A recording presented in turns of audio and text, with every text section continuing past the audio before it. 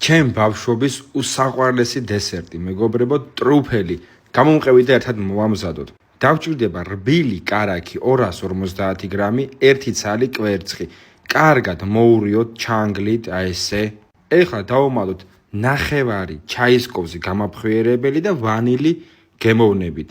კიდევ ერთხელ მოურიოთ და ეხლა უკვე უნდა დავუმატოთ ფქვილი, რაც ეხება ფქვილს ვამატებთ 500 გრამამდე რა. დაახლოებით რამდენიც ცომი მოითხოვებს 450-500 გრამი. ვისაც არ აქვს გამოწერილი არხი, გამოეწერეთ, უნდა მივიღოთ აი ესეთი ცომი.